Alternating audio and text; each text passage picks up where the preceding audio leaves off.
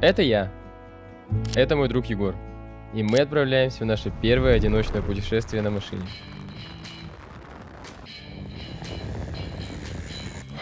Это поле подсолнух. Егор предлагает поставить тут палатку.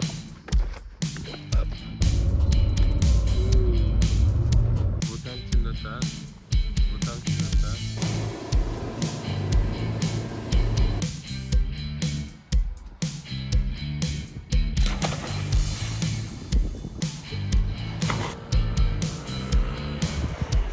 Я приехал. Егор в Ялте. А я без ключей, блин.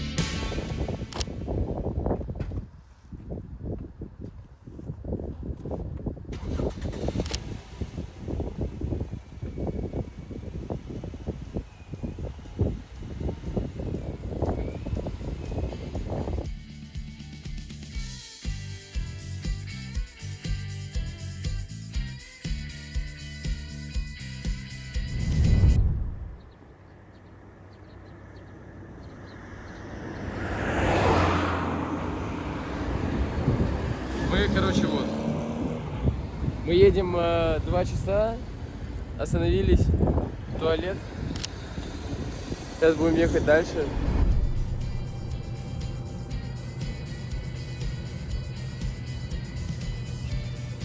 Время 3:51. Мы остановились на заправке. Покушали вкусные хот-доги. Я с самого утра ничего не ел. Егор бибикает. Чё?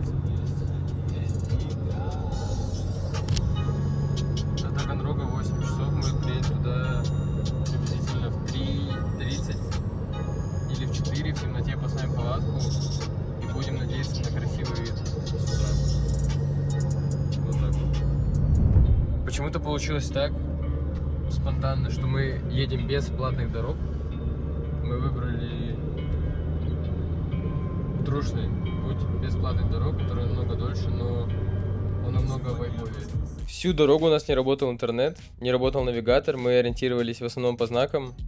Мы планировали забронировать гостиницу где-то в Ростове, пока будем ехать, или остановиться в каком-нибудь мотеле, но я нашел на карте славный город Таганрог. В моей голове родилась офигенная идея поставить палатку на берегу большого водоема, который я увидел там на Яндекс.Картах. Я нашел место, где можно это сделать, уговорил Егора, и мы направились туда.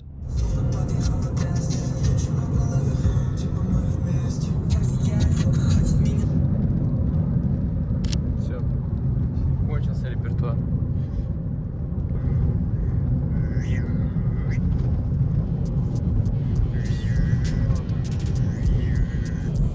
Интересно, меня сдует, если я открою окно и не буду снимать?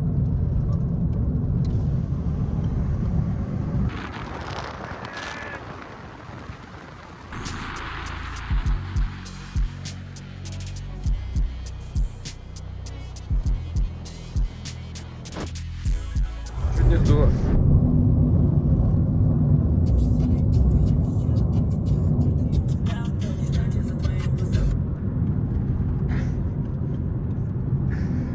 Это рулевой.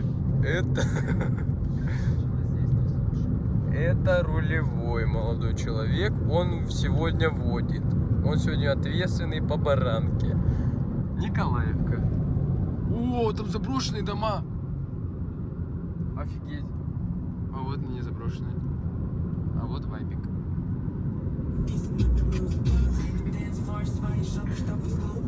Это...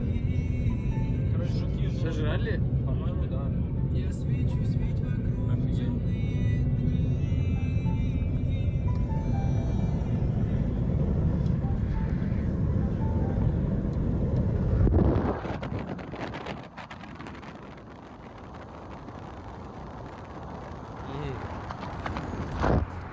Время 22:30.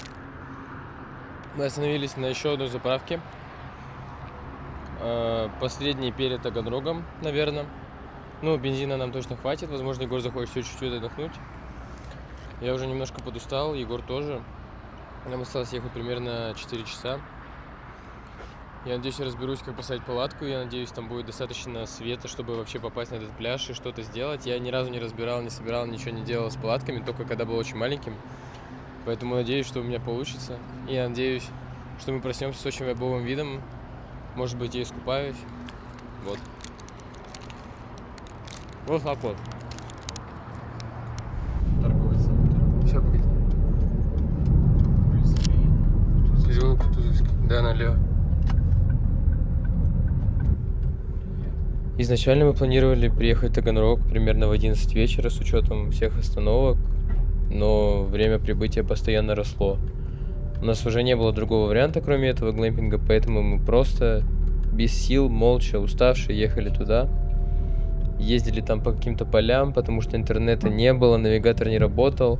Мы постоянно пропускали нужные повороты, и в итоге спустя 16 часов кое-как добрались до нужного места, при том, что мы даже не были уверены, ждет ли нас там кто-то и сможем ли мы там переночевать.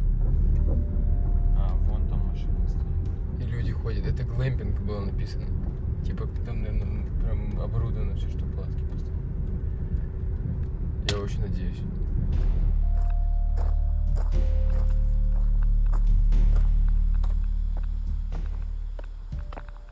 Так, что-то я не хочу разделяться. Пошли со мной.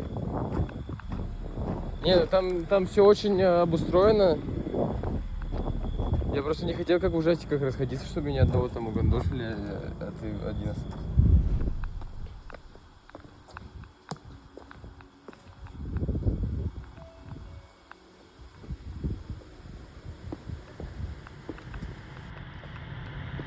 Здравствуйте.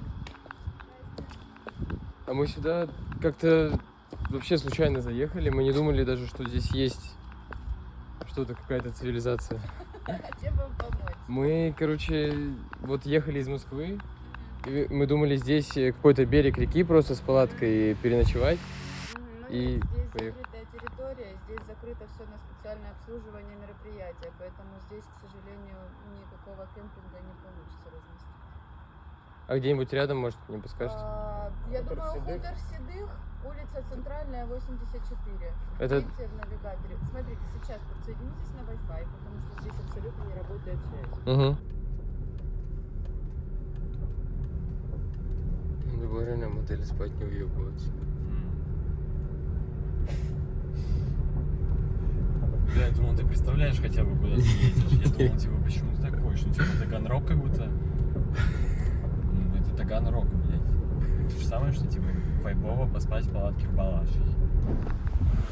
Мы просто в каких-то ебенях через ужасную дорогу сюда как-то доехали. Очень хочется спать. Очень устали, блядь, мы очень злые.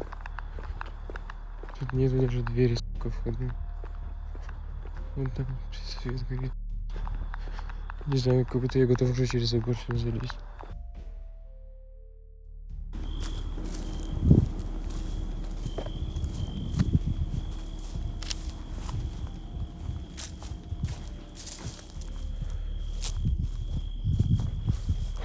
Это поле подсолнух. Егор предлагает поставить тут палатку и тут лечь. Ну просто типа мы где-то под Таганрогом. Вот там темнота. Вот там темнота. Вот там темнота. Вот там темнота.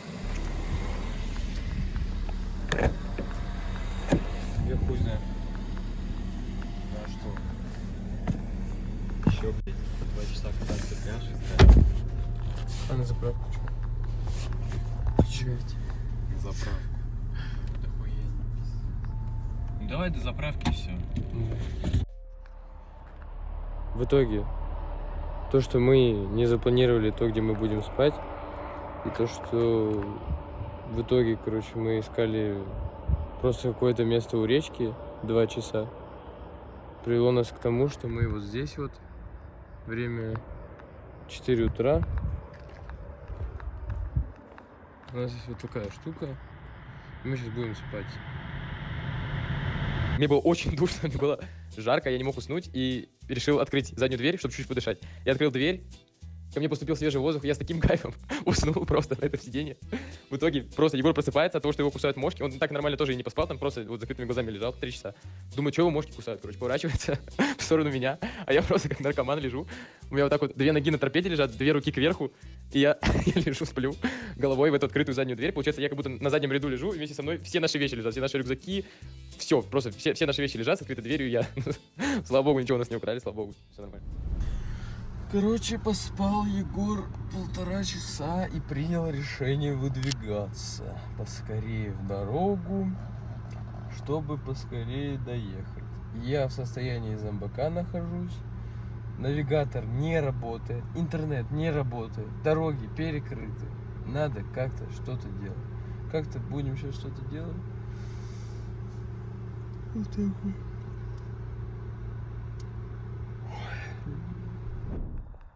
Так, мы проехали уже очень много километров. Осталось ехать примерно часов 5-6. У нас, как мы выяснили, пробился левый передний амортизатор. Это плохо, но не критично. Надо просто быть чуть аккуратнее. И все нормально. Мы купили сэндвич и биг сэндвич. Заправились очень дорогим бензином. 72 рубля он стоит. 95 и плюс, типа. И я хочу уже все отдыхать очень сильно.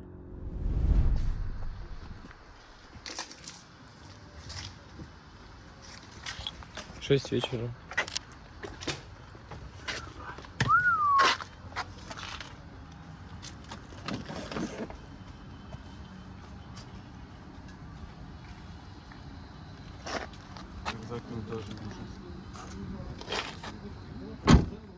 Дорога заняла 34 часа, поэтому очень сильно уставшие. Мы заселились в отель и легли спать. Хорошенько выспавшись, мы пошли на пляж и провели там весь следующий день. Ну да. Вовчик поплыл. Надо Вовчику сейчас, наверное, будет помогать. Или нормально? Я первый раз вообще в море зашел спонтанно. Вон Вовчик. Нормально? Вообще бомбел! Красавчик, братишка! Боже мой! Я такого еще не видел. Ну классно! Такая воздушная подушка. Опа-на! Дай 5, брат. Спасибо. Да нет. Я в финансовом университете учусь. Дядя Егор, вы друзья наши навеки. Мы снова провели 3 часа в дороге из Алушты в Оленевку, чтобы пару дней погостить у моих родственников, которые тоже приезжали в Крым в эти даты.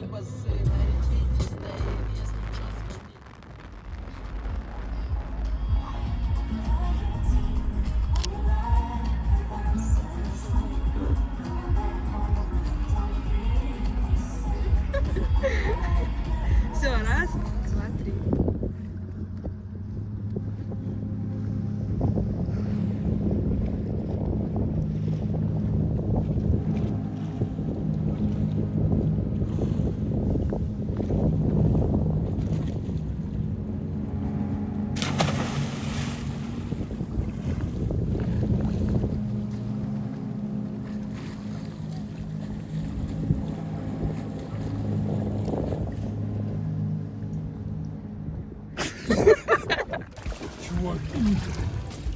Чуваки, йоу! А можно поймать одного? Попробуй. О, не так. Ай, экран, ай, тигр. Прыгнуть в воздухе. Ну прыгнул, коленочки схватил и все. Я так и знал.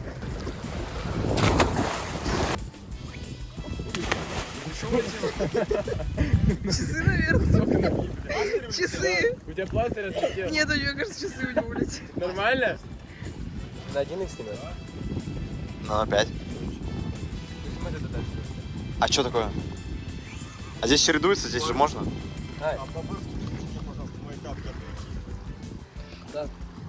Главное, чтобы их ветром не унесло. Я хотел... Я против ветра хотел.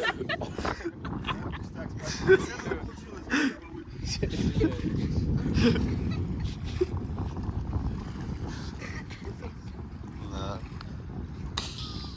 Я не хотел. Да-да.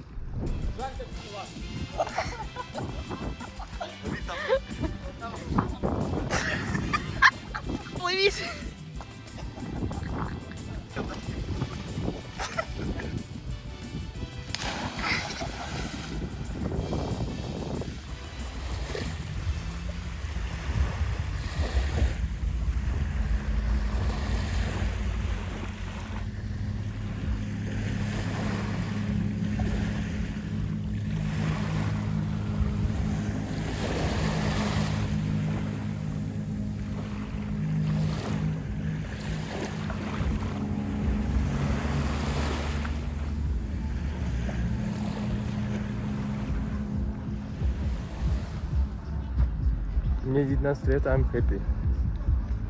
I'm happy.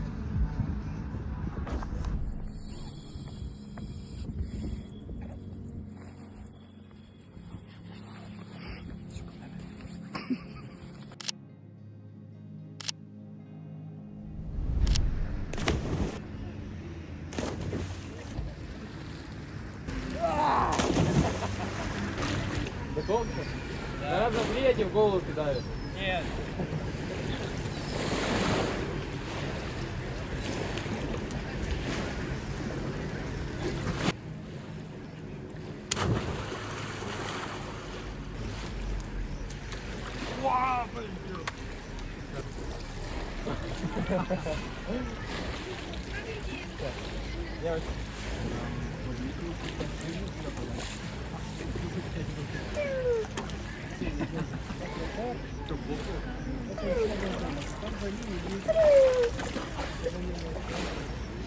Я как будто 5 лет просто я друг друга там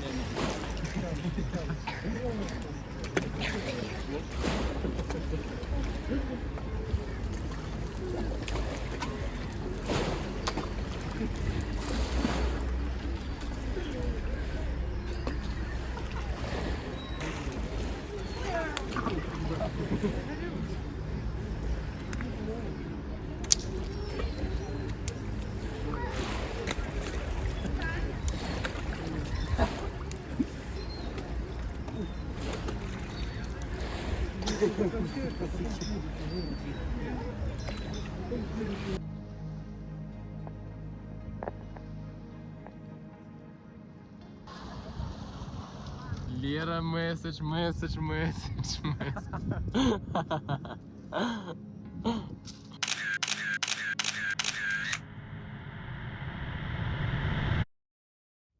Короче, пиздец.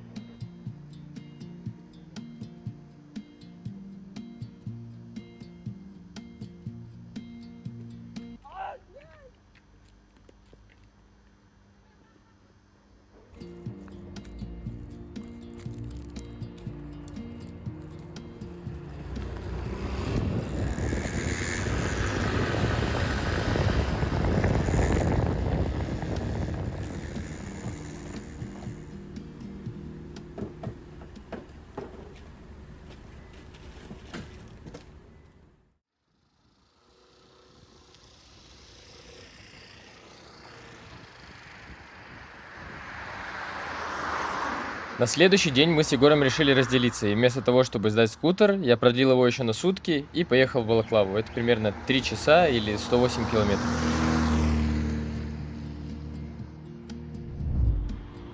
Офигеть. Я очень хотел пройти по Большой Севастопольской тропе до пляжа Инжир. Это пеший маршрут, примерно 5 километров, поэтому даже несмотря на то, что у меня уже совсем не было времени, я поехал туда. Я лечу вот это 100 км в час или 80, не знаю, на этой штуке. Лечу просто мимо там, чуть-чуть иногда оглядываю места красивые, но Если мы не будем останавливаться, смотреть вот на этот вот знак, что крутой поворот, если мы не будем останавливаться ради такого, то зачем вообще жить? —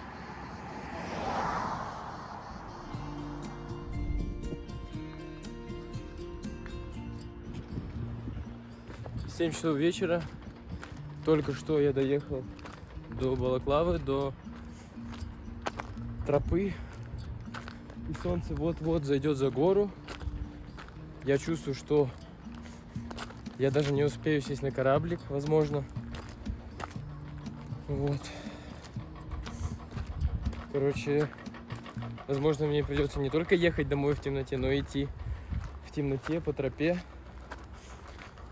обратно. Вот. Но тут зато очень красиво. Привет. Привет.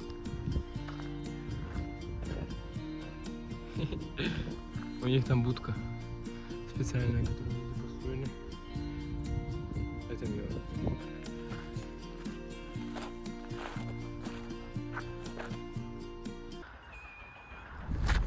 На самом деле, это просто невероятно. Я не знаю, как описать свои эмоции. Я очень рад, что я могу в 19 лет с другом приехать на машине сюда, потом в Ялте взять байк, проехать на нем 3 часа, один, добраться сюда, припарковаться и просто пойти. Я обожаю жизнь. Я просто обожаю жизнь.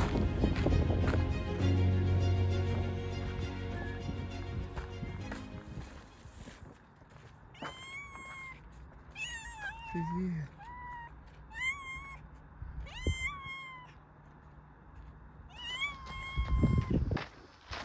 Let's go. Let's go. Я опаздываю. У меня нет времени просто ждать.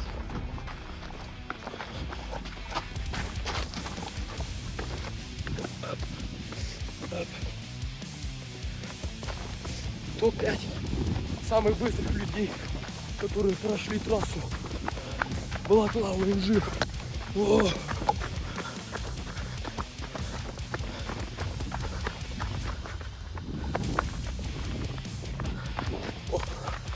Отдохнуть. Отдохнуть. Это не про меня. Я топ-5 самых быстрых людей, которые прошли трассу Балаклава Инжир. Я так понимаю, пляж Инжир где-то там. Вот там. Вон там. Вот. И что-то я подозреваю, что очень проблематично туда будет дойти до 8 вечера и будет уже темно. Поэтому я думаю, я примерно в таком месте встречу закат. Спущусь туда каким-то образом и уплыву в Балаклаву. Надеюсь, что уплыву. Так.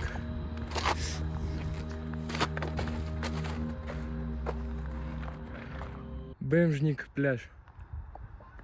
Ближний пляж. Газ.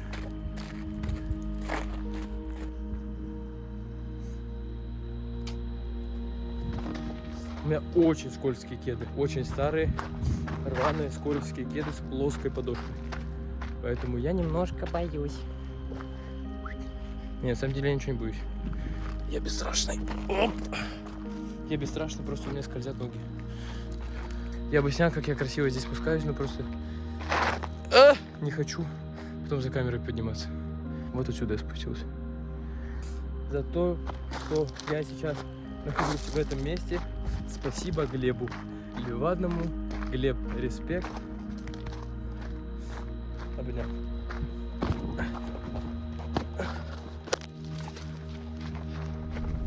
Все. Я пришел. Надо будет узнать сейчас, смогу ли я добраться на корабль. Вон люди плывают. Я надеюсь, что я тоже смогу.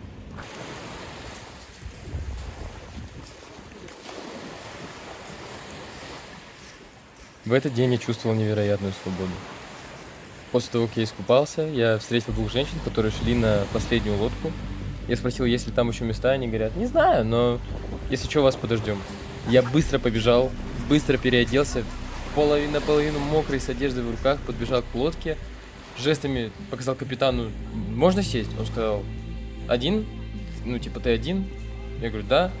Я прыгнул на последнее место в последней лодке и поплыл в бухту.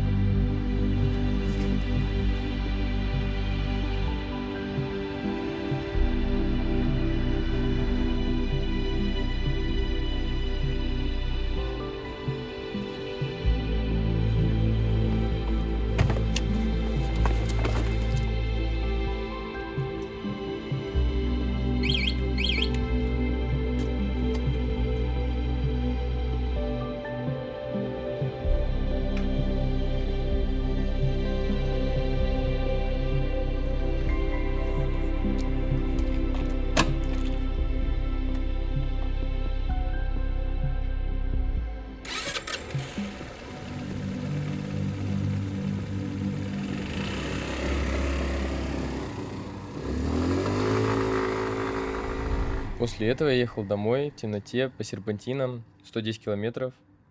Это был очень крутой опыт. В середине пути я остановился на заправке, и мне сказали, что 95-го бензина нет. Я решил пойти умыться и купить что-нибудь покушать. Когда я посмотрел на себя в зеркало, я увидел вот это. Пыль от машины летела в меня, вместо шлема на голове у меня была сковородка, но, слава богу, я взял у Егора очки. Я приехал. Егор в Ялте. А я без ключей, блядь. Я думал просто взять себе доширака и лечь на кровать. У меня вот эта кость позвоночника очень сильно болит, как будто по ней бьют просто, пи***, потому что я 3 часа подряд ехал. И туда еще 3 часа ехал. Я сегодня в сумме километров 250 проехал на мопеде. Спина болит. Вот. Я не знаю, что делать, блин. Егор сказал, что у него там какая-то культурная программа намечается еще надолго, потом он вспомнил, что у меня нет ключей, сказал, сейчас я придумаю и напишу. В итоге я написал хозяину дома, у него оказался второй ключ, и он смог открыть мне наш номер. Пока я его ждал, я заварил себе дошик, покушал и лег спать. Доброе утро. Егор спит, а я еду загорать и потом отдавать байк в Ялту. Надеюсь, мне не прилетит много песка.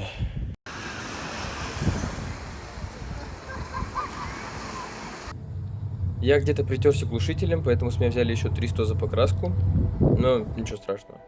Когда я вернулся домой, я почувствовал сильную слабость, у меня поднялась небольшая температура, поэтому я сходил в аптеку, купил лекарства, чай и остаток дня провалялся в номере. Конечно, выпейте, там 2 пакетика 100 рублей. Я говорю, ну давайте. Мы с Егором решили сгонять в подземный музей в Балаклаве. На этот раз мы поехали туда вдвоем, на машине. Мы приехали, припарковались и пошли в сторону музея. Короче, это Баха черный. Мы шли от машины до ресторана в Балаклаве. Вот. И он пошел с нами гулять. Он просто с нами гулял, поэтому мы решили его взгреть чапой. И он идет очень счастливый. Все, на, брат.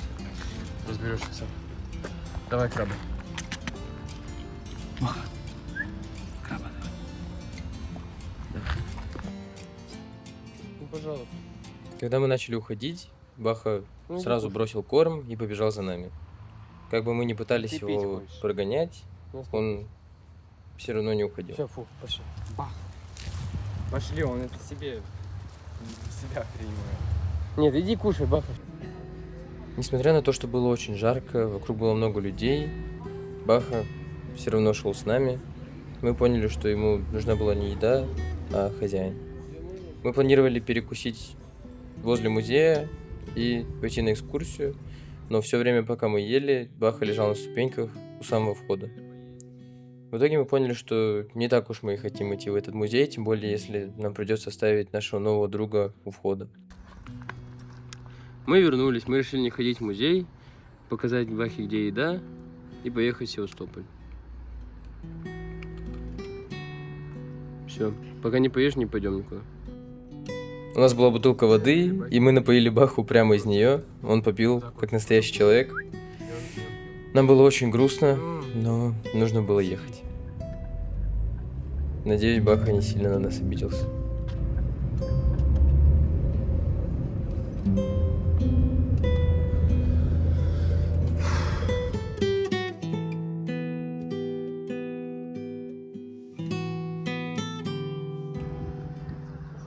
Этим вечером мы съездили на мыс Фиолент, встретились с нашей подругой Женей и вместе прогулялись по Новому Херсонесу.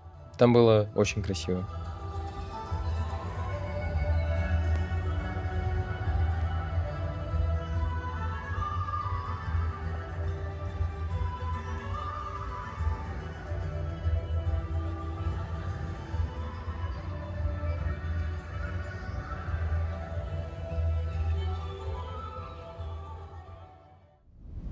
Последний день мы съездили в аквапарк, поели очень вкусную пиццу с очень красивым видом и поехали домой. Дорога обратно была очень легкой, ну лично для меня. Я долго спал, смотрел фильмы. Обратно мы ехали уже по кладке, без всяких происшествий. Один раз остановились поспать на большой заправке и поехали дальше. Дорога обратно заняла примерно 29 часов вместе со сном. Я очень счастлив, что я в таком возрасте могу позволить себе отправиться в такое крутое приключение. До поездки я думал, может отложить денег, купить машину, быстрее накоплю, быстрее куплю, буду гонять, вот, классно. Но потом я понял, что у меня всего одна жизнь, у меня всего одна молодость, и я успею купить еще 100 машин. А может быть, уже завтра все закончится и нифига я не успею. Как сказала моя бабушка, лучше путешествия ничего не бывает. Кайфуйте, приключенчествуйте, наслаждайтесь жизнью, потому что вы можете моргнуть, и вам будет 80 лет. Вот так вот. Не обязательно мне сразу посягать на